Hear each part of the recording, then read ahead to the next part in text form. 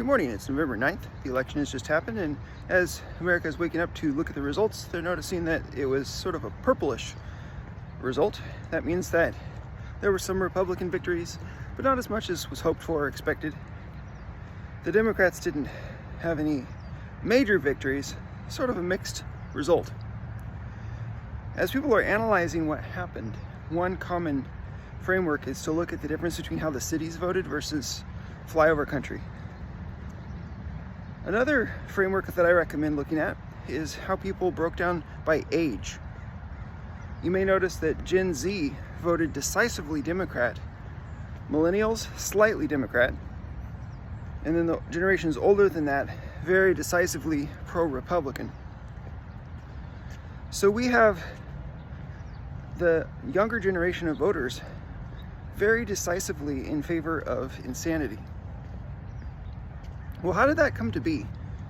It came to be because the Democrats and the leftist progressives dominate the educational system, colleges, and even grade schools, and they use them to disseminate propaganda. What we need to learn from this is that there is a danger here, and there are two possible approaches to solving this danger. One is the one I take. There should be no public education. We should immediately close and sell every school in the country. I take a radical position on that. Those that call themselves based and that talk about Christian nationalism, they want to act like they are the ones that have the strong positions. But then they'll laugh at the idea of closing the schools, completely getting rid of public government education. Well, you think you're based? Try on this for size. We should immediately close and sell every public school because they are a clear and present danger to our republic.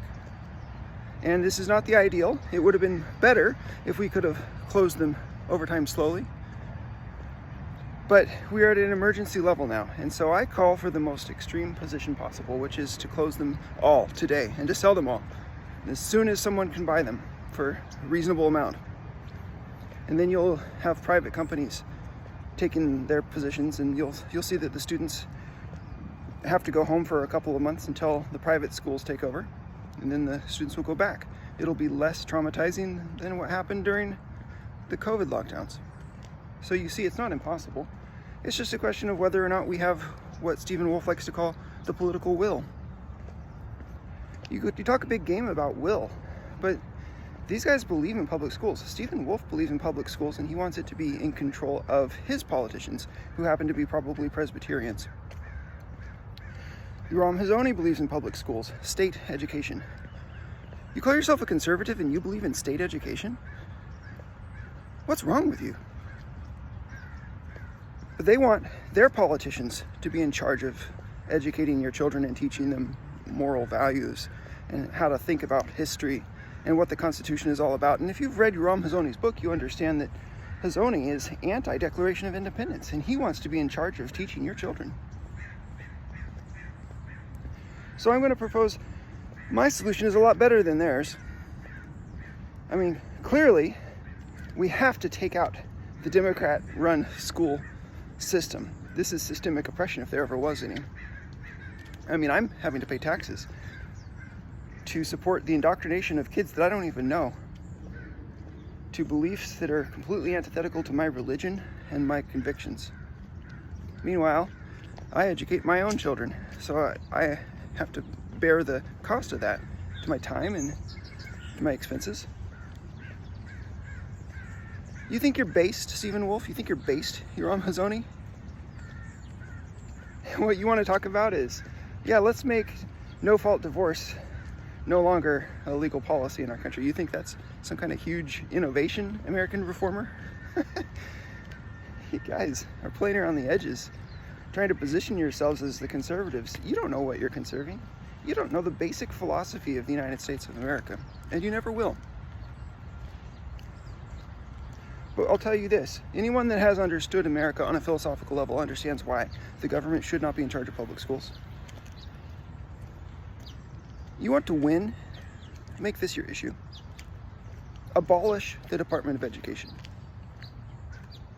Sell all public colleges and schools down to kindergarten. We have to fight the battle there.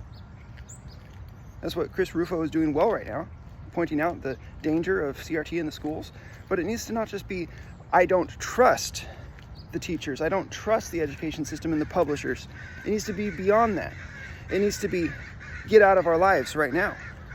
It needs to be the kind of thing where we're talking about a massive uprising saying we believe in this one thing. And if there is one thing that you should have an uprising about, I'll tell you this, it's not stopping Democrats from killing their own babies.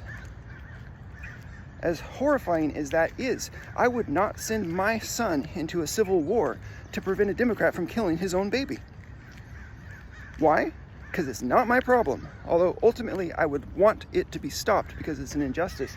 I am not going to sacrifice my blood or my child's blood for the sake of someone else.